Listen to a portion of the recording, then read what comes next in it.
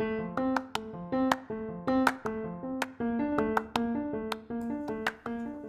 right, welcome everyone to Mentor Moments.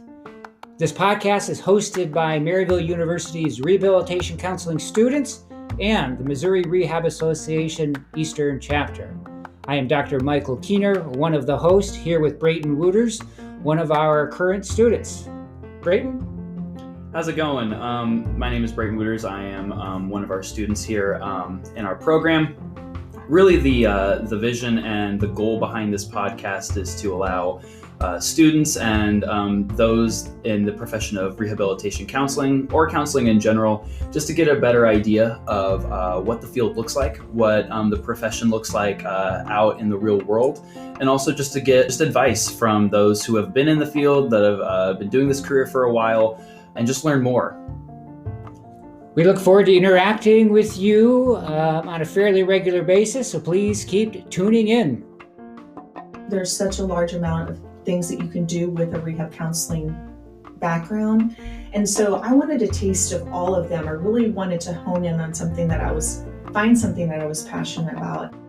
On today's episode of Mentor Moments, we have Lesa Barber. Lesa is a certified rehabilitation counselor in Missouri. Lesa works for Missouri Vocational Rehabilitation, and she is the Director of Business Services.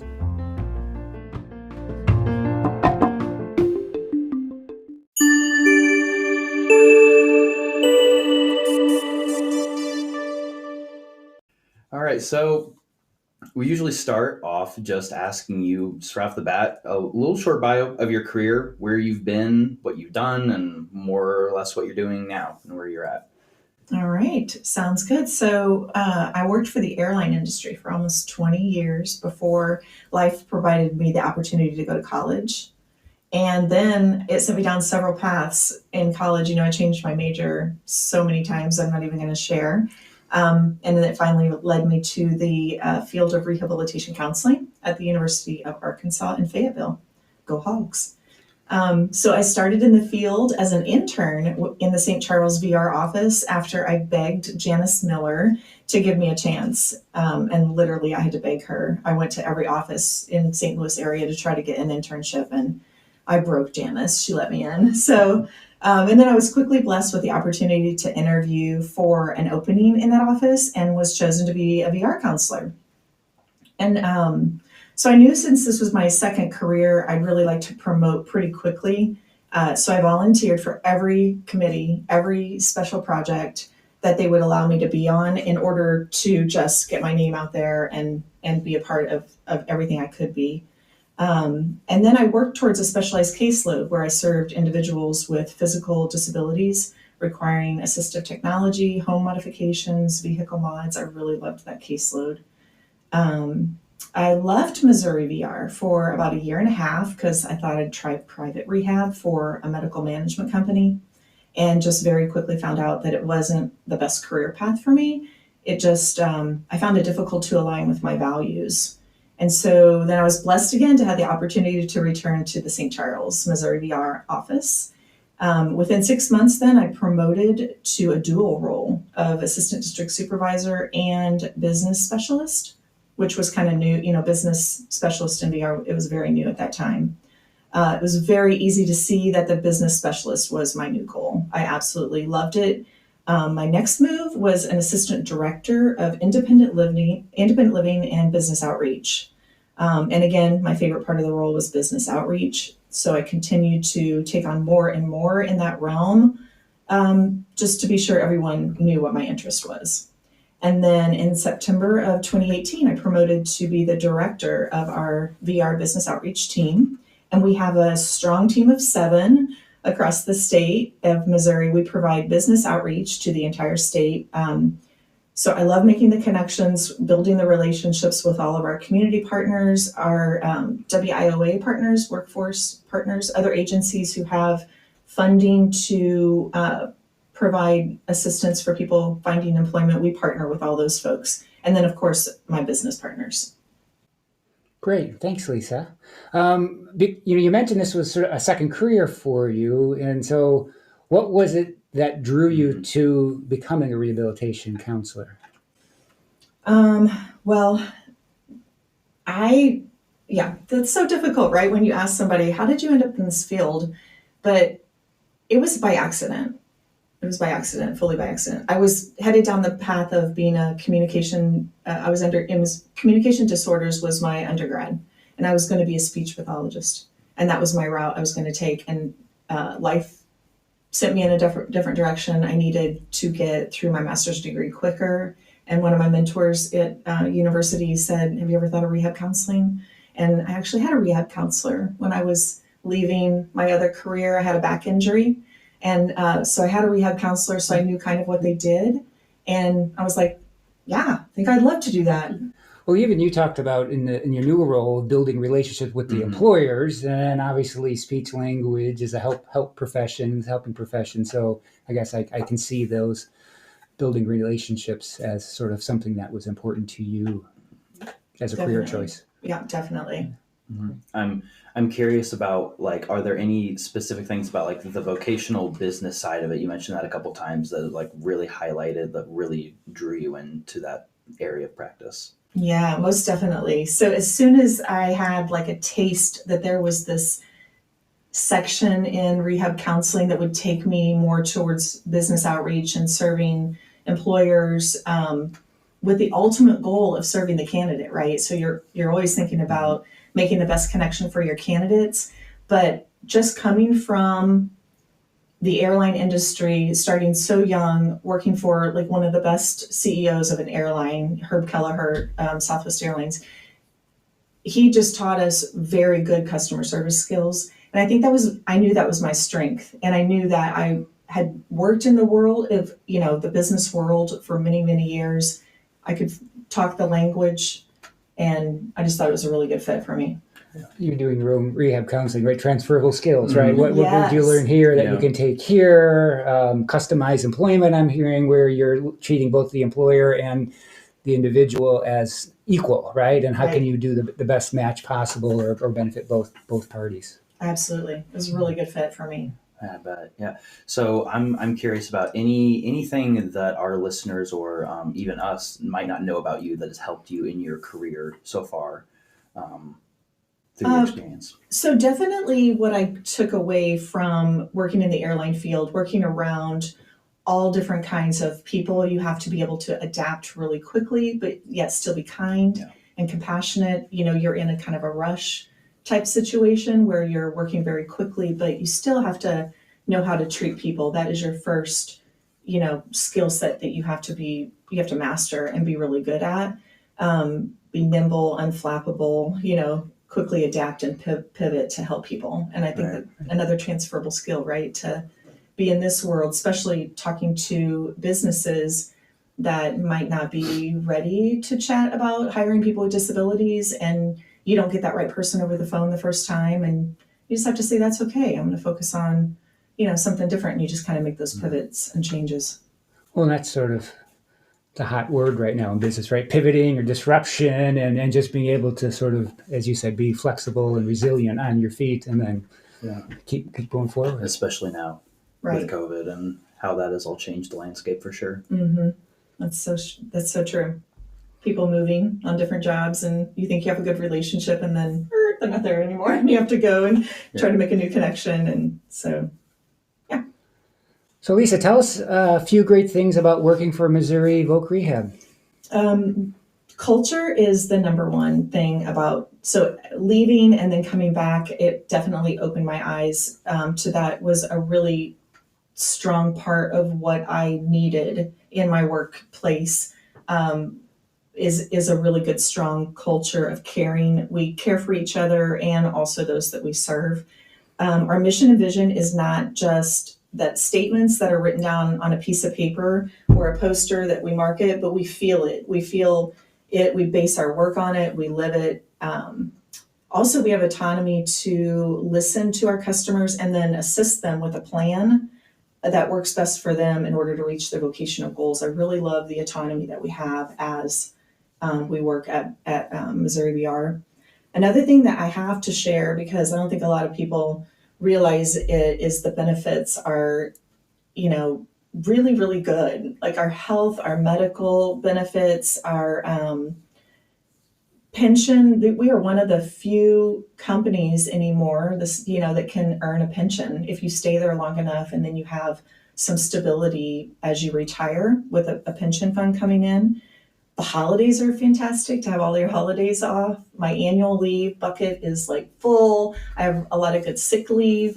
And I can use my sick leave for my family, not just me. If my family, because they always say, our family comes first, and they don't just say it; they really support you. So if somebody was sick in my family, I can use my time, to take care of what needs taken care of. So our listeners will really discover, we interviewed Tim Gaines, our last episode, and almost word for word is what you said. The culture, the family comes first, values, mission driven. It's our listeners will start hearing a theme. So that's awesome. Yeah, that is good. And I appreciate that you brought up just the benefits of that role. That's the conversation I had with Dr. Klein, another one of our faculty members, just about how people in younger generations now looking for employment are looking more towards those things, and maybe less about, well, what does the salary look, but how much flexibility will I get? How much free time will I have? Will I be able to spend time with my family? And now, like, as a society, we're starting to look more towards those things and like our roles of occupation. So I appreciate that you brought that up. Yeah, for sure. It's really great. They're really great benefits. So we want to give you this opportunity just to give a shout out or promote anything in the field that you've has been a highlight in your practice so far.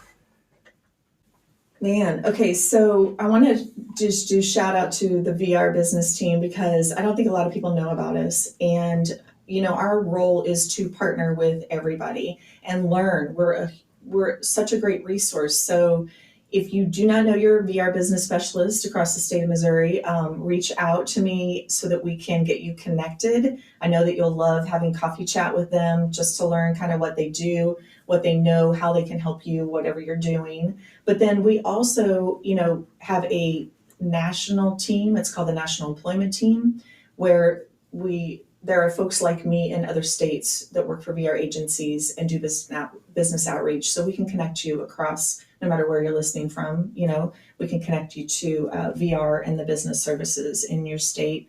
So I think that's my main shout out for our team. That's awesome. Yeah, everybody needs to get that little extra pump, right? Yeah. Acknowledgement. And I'm going to ask you maybe not necessarily a curveball, but do you have a success story that you want to share?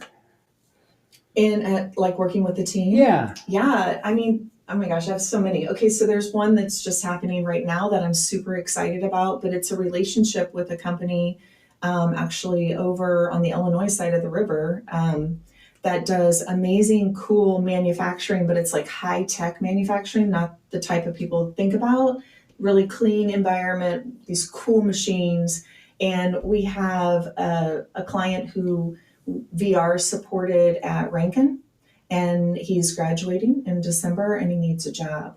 And so what he's doing is a really good connection and fit with this employer partner that I've been working with. And they've interviewed other folks and hired one other person already. So he had a phone interview today, actually, and they moved him on to an in-person on-site interview.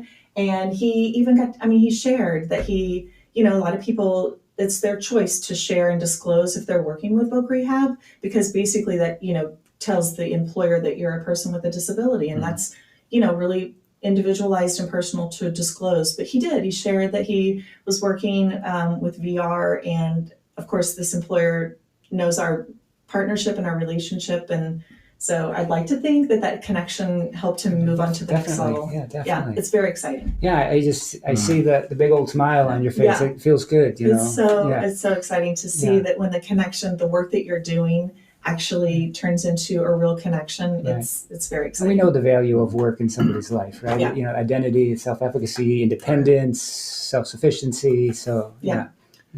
I'll throw another curveball because now that I'm thinking about it. I'm curious if there are any trends that you've seen with the pandemic in terms of businesses and employment. If you've seen an uptick in employment in different populations, what have you been able to see, I suppose?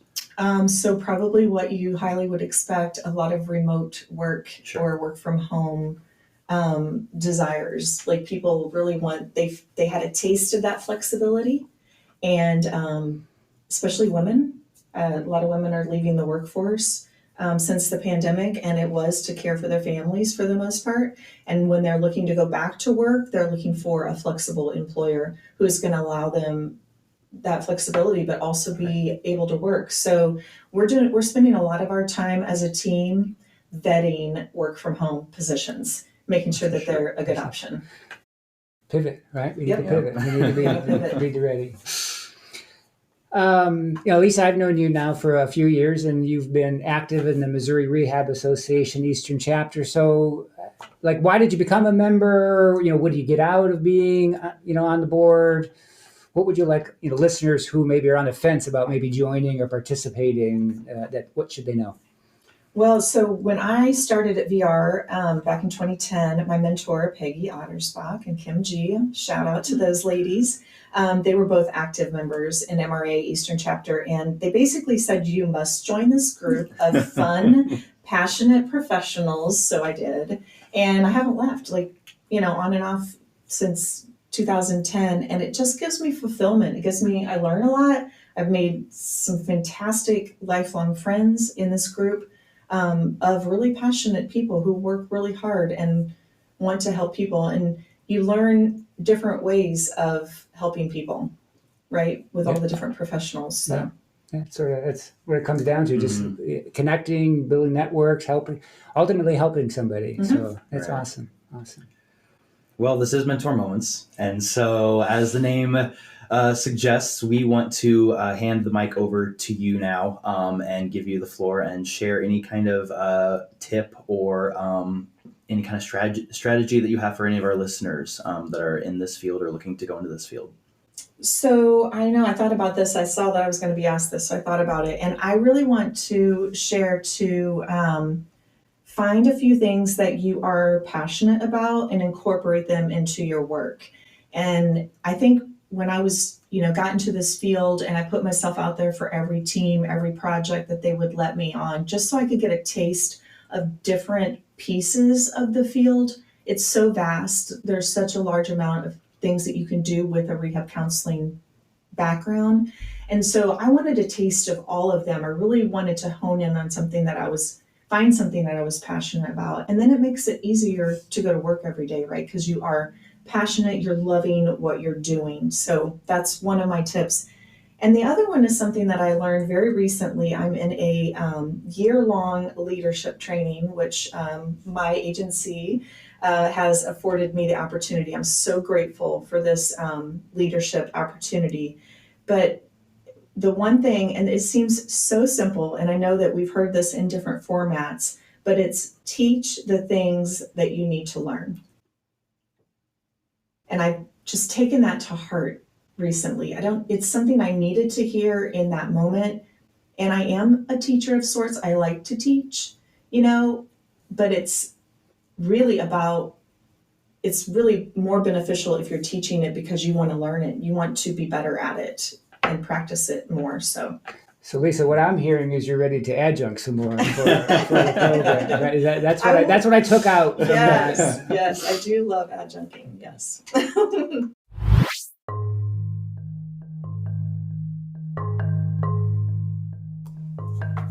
Thank you for listening to another episode of Mentor Moments, hosted by the Maryville University Rehabilitation Counseling Student Organization and the Missouri Rehab Association Eastern Chapter, also affectionately known as Merks and Mar, like cookies and cream, Merks and Mar.